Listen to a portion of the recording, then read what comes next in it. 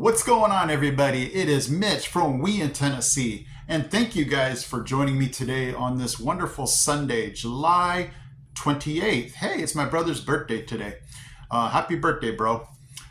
Today, I want to jump into a few things. The first thing is, it was my luckiest day, Friday. You won't even imagine this.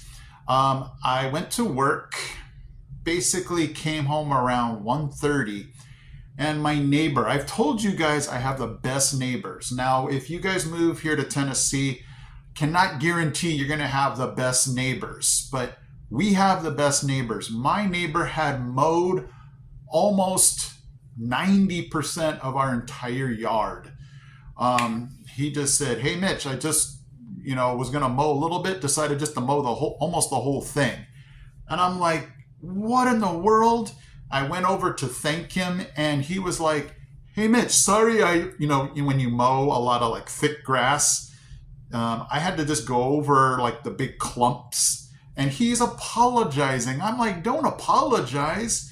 I just had to mow of those clumps because I don't like it when I mow and then there's it almost looks like you didn't mow because the clumps of grass are just real thick." Anyway, long story short, he had mowed and it was hot that day.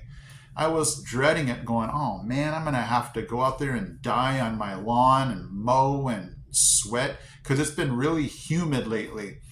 And so I was just so thankful. I said, "Thank you so much for doing that," because he'll just randomly do that. He'll just be like, "Hey, Mitch, I know you guys are busy," and I just thought he's retired. So he's just like, had nothing better to do, and so I mowed your lawn. And you guys have seen it before. It's huge. And so I was just so thankful. And so my wife and I had finished off our summer jobs, so we thought, hey, let's go out and celebrate. And so we went to Cracker Barrel, and we're like, yeah, let's go get something really good to eat. And we went, and I was ready to pay the bill. And I just handed the lady my receipt. She said, "How was it?" I said, "Fantastic." And I was starting to worry. She was like punching things in, and she's like, I'm not getting anything on your receipt." And I'm like, "Hey, does that mean I don't have to pay?" And she's like, "Well, let me go talk to the manager." And I'm like, "Oh man." And so she said, "Hey, stand off to the side a little bit." And I'm like, "Okay, I guess they're just going to try to figure this out." And about 5 minutes later, she's like, "I don't understand. I keep punching this in and it keeps coming up as it's cleared, like there's nothing on the receipt."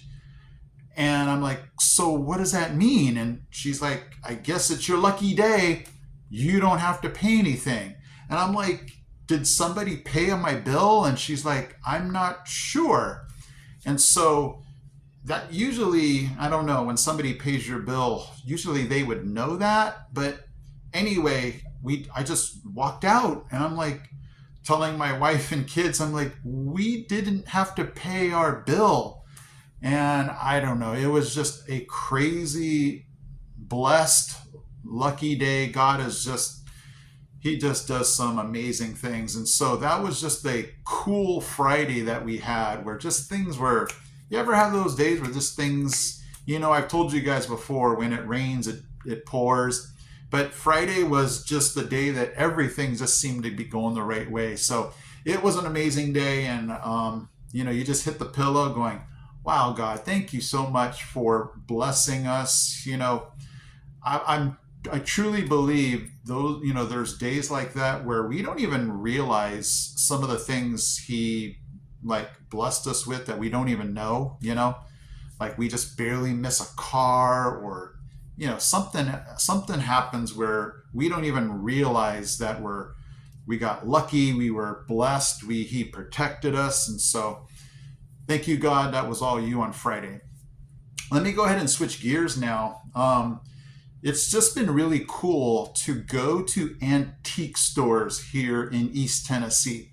And the reason I say that is we went to antique stores back in California, but they really weren't antique. You know what I mean? Because you think antique and you're thinking a long time ago. And, when you go to these antique places, sure, there's going to be things that are not antique. People just want to make things and to sell. But you know, you go to those real antique places, and in California, because California hasn't been around super long, you know, you're looking at things going, wow, okay, it's from the 90s, it's from the 80s, that's not super old. What's really cool is you come here to East Tennessee and you find those authentic antiques, and they're really old, you know, back, we're going into the early 1900s, 1950s, you know, 40s, 30s. And it's just neat to see. You know, obviously I couldn't afford things like that, but it's just really neat to see how far back history goes. I love the Civil War battlefields that you can only see here in East Tennessee, and it's really cool. I'm sorry, not that you can only see, but being here in East Tennessee, I'm able to be closer located to these Civil War battlegrounds. That California, good luck on that. And then so here in East Tennessee, it's just nice to see those antique things. And what's really neat is just, again, the pride in the state, the pride in where you live, where you see Rocky Top, where you just see all of these, you know, things that people make because they just love where they live, and they know that people love where they live, and they're going to buy those things that show they love where they live. So it's just really a neat experience. You know, a lot of guys will go, you know, and sit outside antique stores. I love to just go in and just, you know, eyes wide open, like what's going to be around the next corner? What are some things, treasures that people are selling? So that has just been a really cool experience here in East Tennessee. The crazy thing was on Monday, and that would have been July 22nd. My wife and I turn on the news and they're like, Oak Ridge has started school. It's their first day of school. And I'm like, what in the world? When has school ever started in July? So I know that Oak Ridge started school. I heard that Alcoa started school here in July. I, now being in Knox County, we do not start until August the 8th. And so that gives us, you know, another couple of weeks. I'm going to be super busy with meetings and getting my room ready. And it's just going to be a really exciting new experience to be a new teacher in Knox County. And so I'm ready for all of the adventures that it has for me. Definitely going to be driving farther than what I used to, but I'm open to whatever God has for me in Knox County. And so those of you that have asked, I'm going to be at Norwood Elementary, which is going to be in North Knox. I'm going to pass the Sun Sphere every day.